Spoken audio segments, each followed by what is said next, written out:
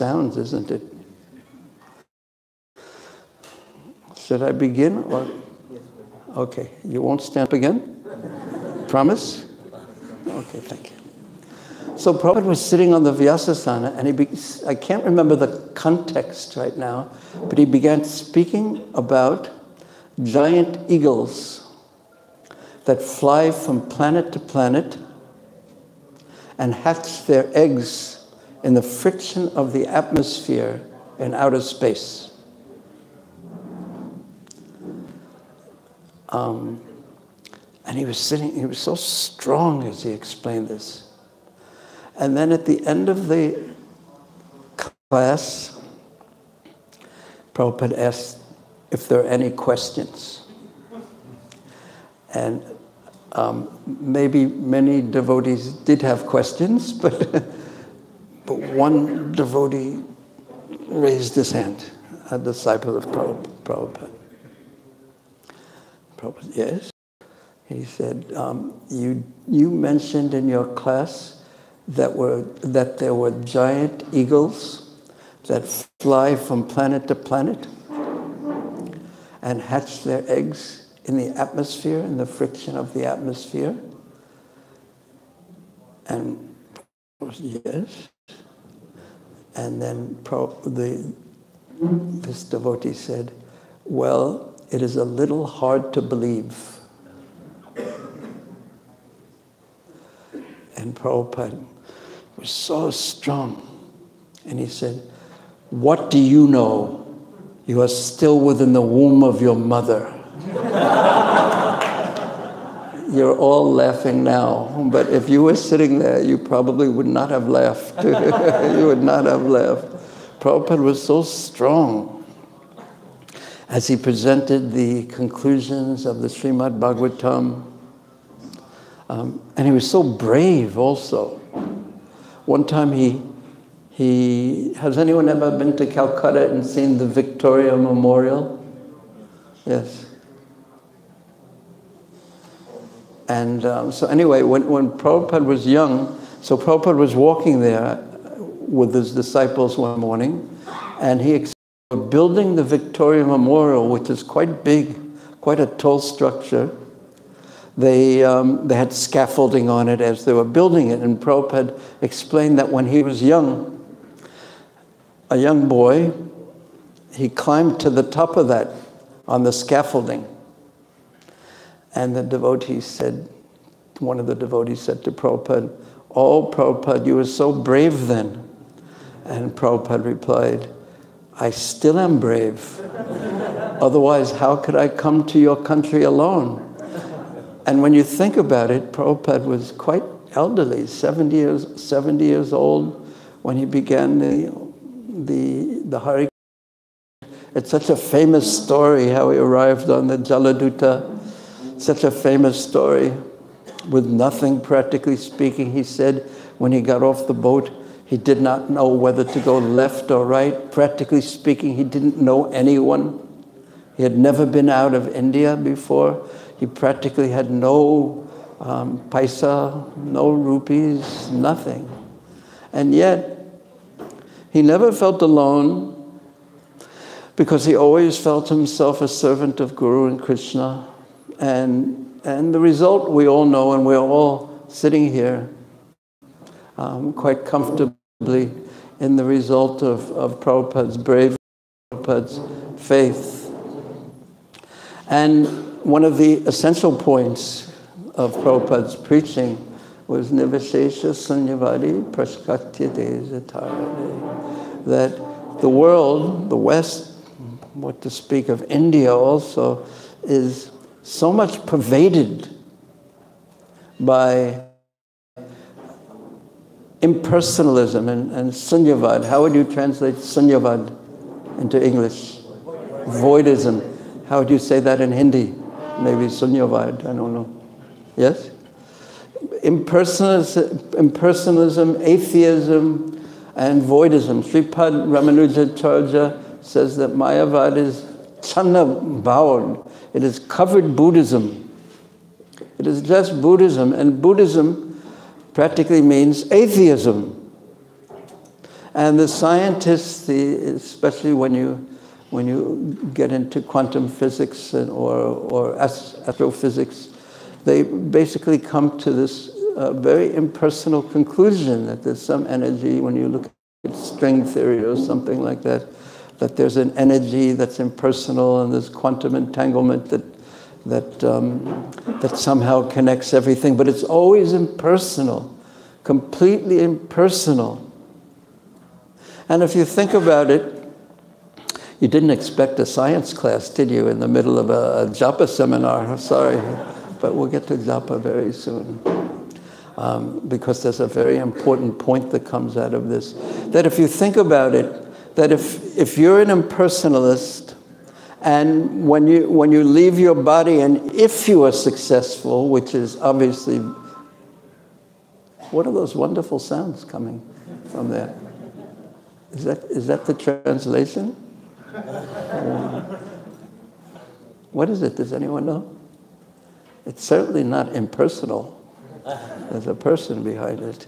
But if you think about it, if you die, and you're successful impersonalist, you lose your sense of self and you become basically nothing. The Buddhists, they say you become nothing. And the atheists say you cease to exist. Now, what's the difference? What's the difference? And in the Vaishnava philosophy, in the Vaishnava practice, we say there is a big difference because we have an eternal relationship with Krishna. We have an eternal relationship with Krishna. And Krishna is not impersonal, and he is not nirguna, he is not without qualities, but he's a person. Now, why is this important and relevant in our Japa seminar? Is because when we're chanting Krishna's names, we're actually saying the names of a person who, amazingly enough, and this happens, this is discussed in two times that I can think of in the Bhagavatam. Once when Nanda Maharaj, when he is being swallowed by a snake who was actually a Vidyadhara, who had been cursed to become a snake, immediately the cowherd men started beating the Ajaga, this python, but he wouldn't stop swallowing Nanda Maharaj. And then when they didn't know what else to do, the cowherd men began to call out to Krishna. And Krishna wasn't present there. But as soon as he heard his names being called, he was present there. When Nanda Maharaj was taken away by the Varuna Dutas after the Govardhan Leela, again, everyone called out the names of Krishna, and Krishna was not nearby, but he was immediately present when his name was called out. And when Ajamil called out his name, Narayana, and who is he calling? He was calling his son only. But the nature of the person that we're calling to when we chant his names, and I usually try to give this example when is there two people in the room with the same name?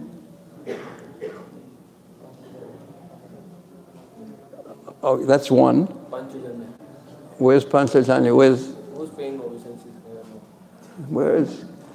Panchajanya Prabhu?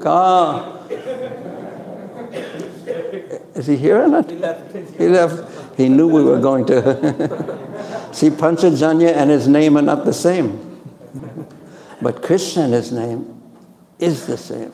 So when we do this little experiment, we will call Panchajanya one, and then, but I'm calling this Panchajanya, but if I'm calling Panchajanya, that Panchajanya also feels something, because the names are the same. So similarly, when Ajamil called Narayana, meaning his son, the actual Narayana, he was experiencing the fact that someone was calling his name.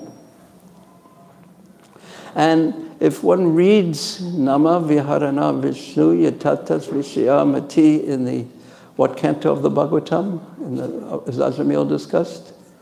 Sixth canto. What chapter? 1, 2, 3. 1, 2, 3. Very good. Easy to remember. So when it's very interesting how when he called Vishnu's name, the name of Vishnu, it attracted the mati, or the intelligence of actual Vishnu. That's what the verse says. But Srila Prabhupada translates it in a bigger way, in a more elaborate way, and he translates it as when he called Vishnu's, the Lord's name, the Lord thought, my devotee is calling for me. He's a person. And he thought, my devotee is calling for me. It is my duty to give him protection. But this is not fully in the words of the verse, the Sanskrit words of the verse, but it comes from Srila Vishwanath Chakravarti Thakur, and who quotes Srila Sridhar Swami, with that point that Krishna is a person, such a kind-hearted person, and when his devotee calls his name, even if he's intending to call his son, the Lord is so soft and kind that he takes it, oh, my devotee is calling my name. It is my duty to give him protection. So the reason why this is being brought up is because now we're going to chant the names of Krishna. And Krishna is a person. It's not mechanical, even though we are emphasizing if you can just hear one mantra, if you can just hear one mantra, you're so fortunate. And that you have nothing else to do now. And this is so important to prepare the mind in this way, that now, during our short time together, we actually want to connect with that Supreme Person. We have an opportunity where we have nothing else to do. We're sitting here for this purpose alone, to connect with Krishna by chanting his holy name, because Abhinatvam Namanamano. Krishna and his name are the same. And Krishna, being his name, hears his devotee calling for him. He hears the quality of the chanting. Sometimes we give the example, if you are walking in Loy Bazaar in Vrindavan, of course, none of the brahmacharis would ever be walking in Loy Bazaar. And also, I don't walk there either. But when we were younger, we would walk in Loy Bazaar, and there'd always be someone says, Hari Bol Prabhu, come, come, come. So they're saying Hari Bol, but you don't hear, chant the name of Hari. What do you hear? What do you hear? He says, Hari Bol Prabhu, Hari Bol, Hari Bol. But what do you hear? Yes, that's what we all hear. Come and give me your money. Give me your business, give me your money. So we don't hear the words, but we hear what's in his mind. So similarly, if we can hear what's in somebody's mind, certainly Krishna can hear what's in our mind, which can be a very frightening thing, actually, if you think, depending upon your mood during the day. Let us try to call out to Krishna a little bit. Let us start and try to just hear one mantra. Keep it very simple. But remember that there is a person there, a very kind person. Mama eva jiva loke jiva bhuta sanatana. Mama evangso, mama eva angsa. We are Krishna's part. And we are meant to serve him. And as we mentioned yesterday, the chanting is a calling out. to Krishna that I want to serve you. Please accept me as your servant. Please allow me to serve you. So that mood may come when you're chanting, or maybe it may not come when you're chanting, but at least try with your willpower, with your determination, with your sincerity, to hear one Hare Krishna Maha Mantra. And if you can hear one Hare Krishna Maha Mantra, you're so fortunate, so fortunate. So please, we'll begin chanting in a moment. As we said yesterday, what was the first step? Raise your hand, please, and then not only raise your hand, but wait till I call on you. Yes, Prabhu. Prepare your mind. This is so important. Before you begin, just don't carry on the dialogue and all the thoughts that have been going through your mind up to this point of the day. Some of us have had very good days. Some of us may have had difficult days. But stop. Now is a new part of the day. And in this part, it's a special time. It's a special time, and this is true when we begin our Japa chanting, or we stand in front of the deities, or begin to stand in front of Adapatasati, or we're doing any service really, but now, while we're chanting Japa, just prepare your mind that this is my time to be with Krishna. What a rare time that I have nothing else to do other than be with Krishna. Prepare your mind for the Japa session. And then if your mind wanders, okay, it's natural. But the goal is to bring it back. As soon as you become conscious, it's interesting, as soon as we become conscious that my mind has wandered, then you have a choice. Until you're conscious, introspective, self-aware, you don't have any choice, any freedom. I remember one time I've had this dream quite a few times. As I'm waking up from a dream, I see a gold coin. And then I'm waking up a little more, and I see another gold coin. And then I start seeing gold coins everywhere. And I'm trying to pick them up, and of course only to use in Krishna's service. But I start to pick up the gold coins, but then I'm waking up, and I start thinking, no, I don't want to get awake. I want to get all the coins. All the coins will be lost. Has anyone else had this dream, or is it only me? You too. Sankirtan devotees, probably. Huh? Yeah. So it's like that. When we realize our mind has to the dust of Sridhar Maya, you can pray and sincerely ask for help. At any time, you can pray and ask for help. So while we're chanting, I will speak into the microphone sometimes and encourage you, and just say these same basic things that I just said right now. Just try your best. Yeah, be determined. But be determined to what? Try your best. Try your best to hear one Hare Krishna mantra beginning with Hare. Okay, so anytime you're ready to begin, remember that you have nothing else to do. And when I speak into the microphone, please don't stop your chanting. To be polite and listen, just please chant Hare Krishna.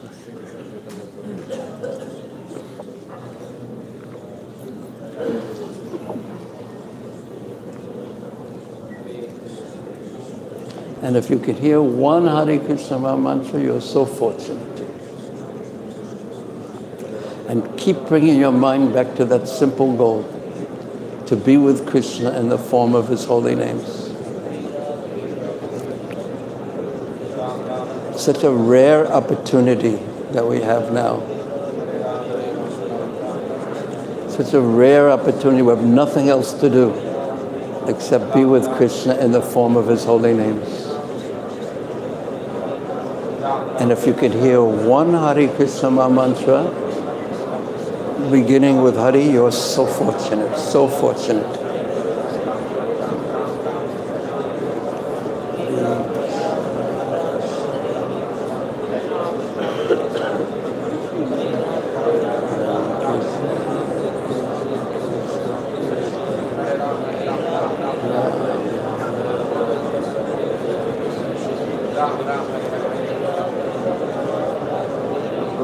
Can I sit down for 1 minute and do some changes? Say again? Can I take it live stream for 1 minute down and then do some changes? Take what down? This? No, Just move it to the side first. Because otherwise, sitting right in front of me and moving it's distracting. Okay. Will you start when you start speaking? Okay, whatever you want.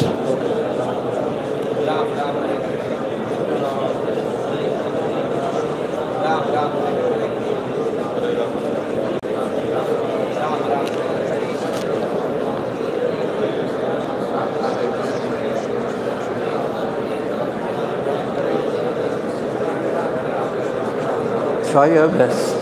That's all we ask, is that you try your best to be with Krishna in the form of His holy names.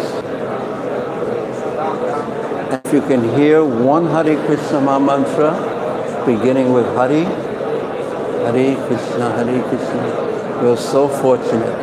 Keep that as your basic goal, to hear, touch